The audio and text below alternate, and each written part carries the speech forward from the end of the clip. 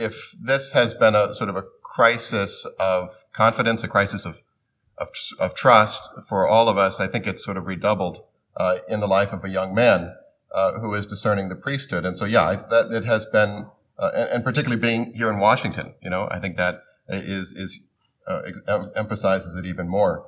I think what this year and a half has meant for me, and I think for them as well, is it has been an encouragement to a deeper and more maybe supernatural view of the church.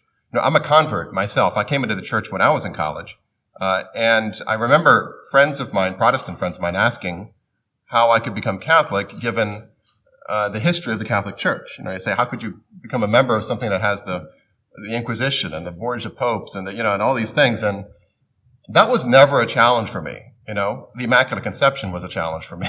there were challenges, but that was never one. It was the sense that, it's, the church is made up of sinful human beings. And in fact, if anything, the fact that Jesus continues to work through, the church with so many fallen pastors, so many weak and sinful pastors, as he did through one of the 12, right? And at the very beginning of the church's existence. To me was always a sign of the divine institution of the church and the divine governance of the church by the Holy Spirit.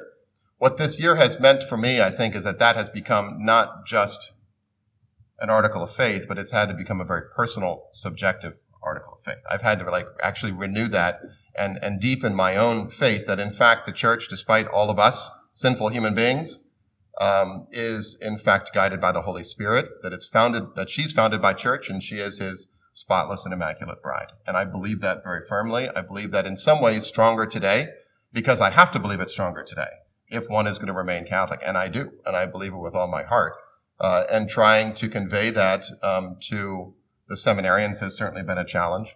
But it's been also a kind of beautiful challenge, because it has really forced me to maybe reveal my own faith, including my own frustrations and my own anger at what's been going on, but also my deep sense of hope, as Father Fish was just saying, Father Boxey, my deep sense of hope that the Lord is still in charge.